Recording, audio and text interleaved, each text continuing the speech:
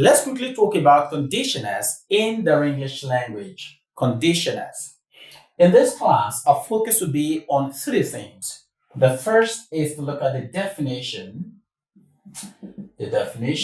of conditioners. Number two, we're going to look at the types, the main types of conditioners, the types of conditioners, okay? And finally, we'll be looking at the definition of the types, the definition of the types of conditioners. So, what are conditioners in the English language and why do we need them in daily conversation? You're going to find out in this series. First of all, what are conditioners? Conditioners are sentences that express conditions and the potential consequences. In other words, conditioners describe situations that may or may not happen, as well as the resulting outcome. Definition of conditioners.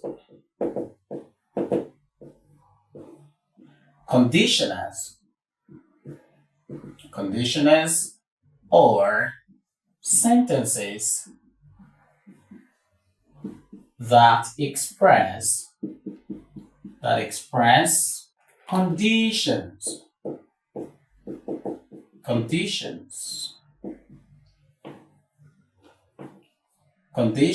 and the potential consequences. Basically, we're saying that they describe, don't forget that, the conditionals describe situations that may or may not happen, and their potential, or let's say, and the possible, since we used potential already, and the possible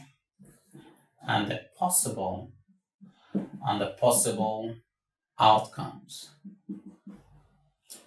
So that is the simple definition of conditionals in the English language. That conditionals are sentences, expressions that talk about conditions and the potential consequences.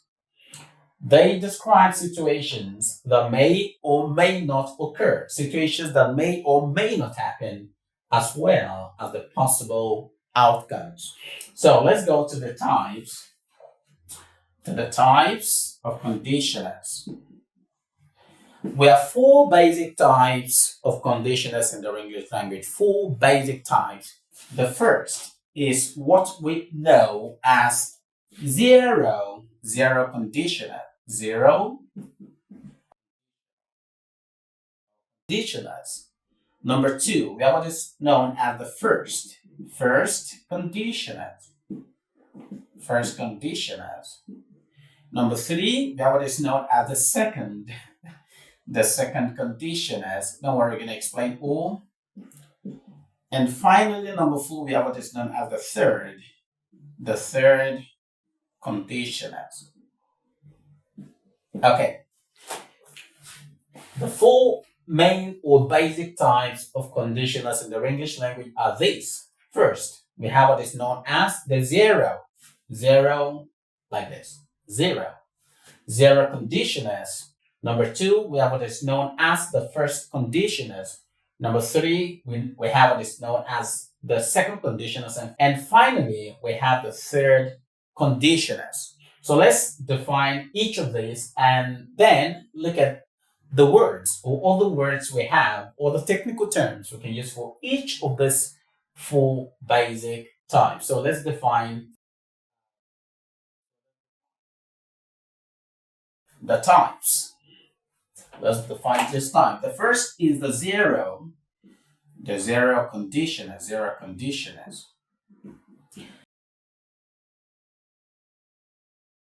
Zero conditioners are conditioners that talk about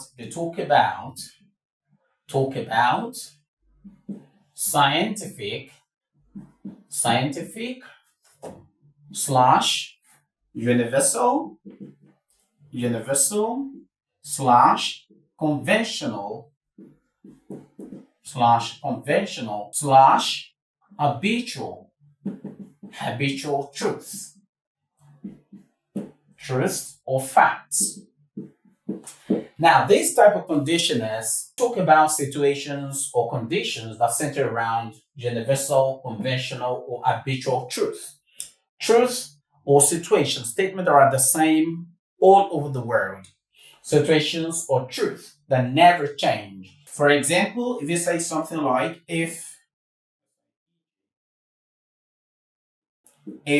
you heat water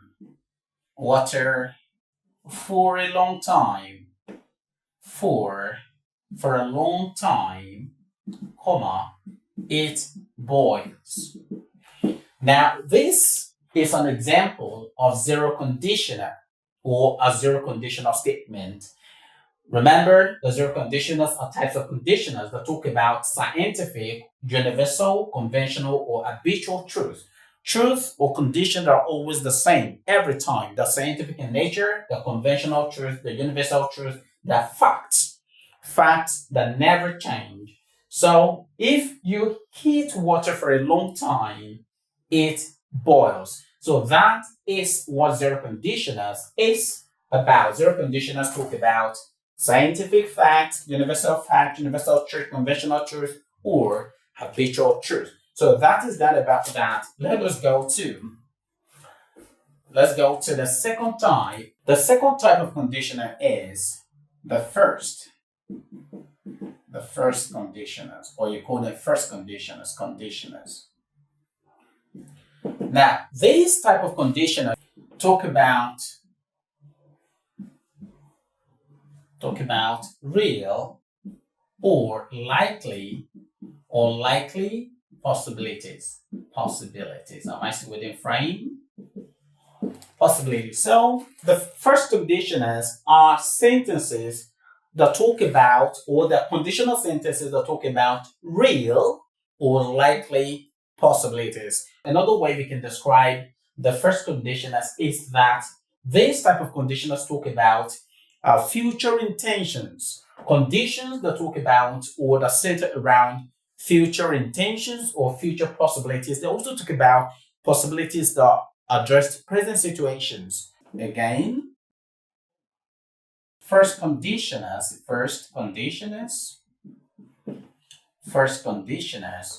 center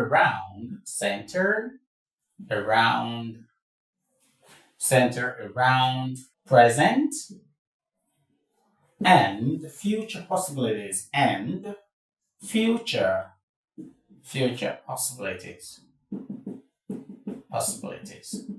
An example is if it rains tomorrow,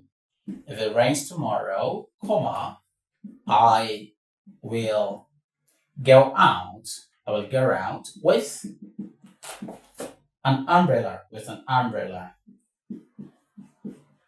So this is an example of first conditionals, okay? Remember, the first conditionals talk about real possibilities, likely possibilities, possibilities or situations that have the likeliability of happening, of occurring. If it rains tomorrow, I will go out with an umbrella. Now, see what that talks about. If it rains tomorrow, future possibility, I will go out with an umbrella. So the condition of this happening is dependent on it raining tomorrow. If it doesn't rain tomorrow, I will not go out with an umbrella. So this outcome rests or precipitates on the occurrence of what is here. So that is that about first conditions. Remember, the first conditions talk about real or likely possibilities. Again, I said first conditional centered around present and future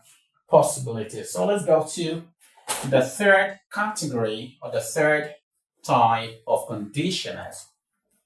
The third type of conditioner is known as second. Number three, We have second conditionals. Now, second conditionals talk about unlikely slash rare slash hypothetical conditions or situations. Second conditionals in the English language talk about the express or the sentences that talk about situations that are likely to happen, likely to occur. Second conditionals are different from the first conditionals, okay? The major difference between the first and the second conditionals is that the first conditionals talk about real possibilities, okay? While the second conditionals talk about unlikely, rare, or hypothetical conditions or situations that are not likely to occur. Look at this example. If I won the lottery, comma, I would buy a house for everyone. If I won the lottery, or if I won a lottery, I would buy a house for everyone. Now, the chance of me winning a lottery is slim. So this condition here, this situation is unlikely to happen. It's rare, it's hypothetical. I'm just imagining this in my brain or in my head. But of course, the chance of this happening is quite unlikely, is very unlikely. And of course, since this is unlikely to happen, this is also quite unlikely to happen. Unreal possibilities. Second conditionals talk about unreal possibilities. The first conditionals talk about real possibilities. Okay, if this happens tomorrow, if I read hard, or if I work hard, I'll be successful. If I read well, if I prepare for the exams, I will pass. So second condition is basically a conditional statement that talk about unlikely situations, unlikely conditions, unlikely situations, rare situations, hypothetical conditions, or situations. So finally, let us go to the last type of conditionals, known as third, or the third conditionals. Okay. Third conditionals. What is it about third conditionals? What is it about them? What do they talk about? Third conditionals talk about, or they're expressed, they talk about unreal past. Okay, unreal past or past regrets. Third conditionals talk about unreal past or past regrets. You know, there are times where in the present you think about actions or situations or events that you could have been a part of. And because you didn't take part in that event or in such event, another outcome, a desired outcome did not happen. So that is what third condition is about. It talks about past regret, the things you're regretting in the present because of the actions you didn't take in the past. For example, look at this. If she had read for the test,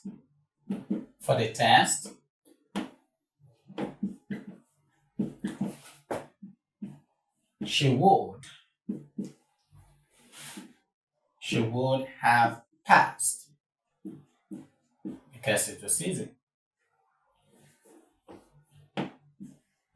Because the test was easy, or because the questions were easy. Now, if she had read for the test, she would have passed because the test was easy. Now, we don't even care about because the test was easy.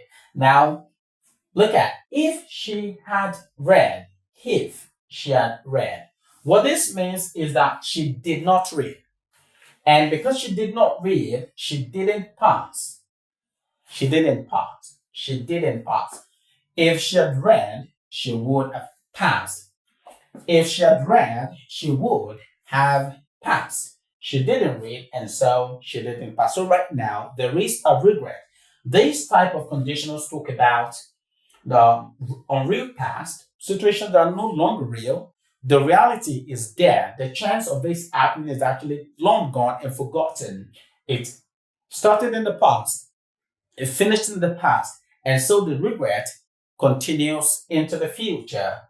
Third conditionals. If she had read for the test, she would have passed. So this is how third conditionals look like. To talk about unreal past or past regrets. Before we go, let's have a quick reminder as to how to grasp the full types of conditionals, how to remember them. It's important that I leave you with the technical names or other names with which you can remember the full types of conditionals. Okay.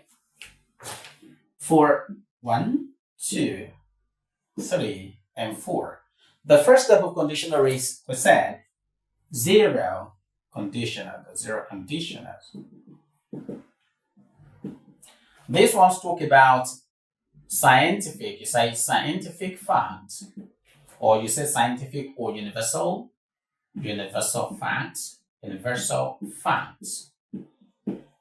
or you also call them habitual facts. Now for the second time, which is the first conditionals, these talk about real possibilities. Let's put it that way. Possibilities. That's that about that. Real possibilities. And the third time is second conditionals. Another name for this is unlikely or hypothetical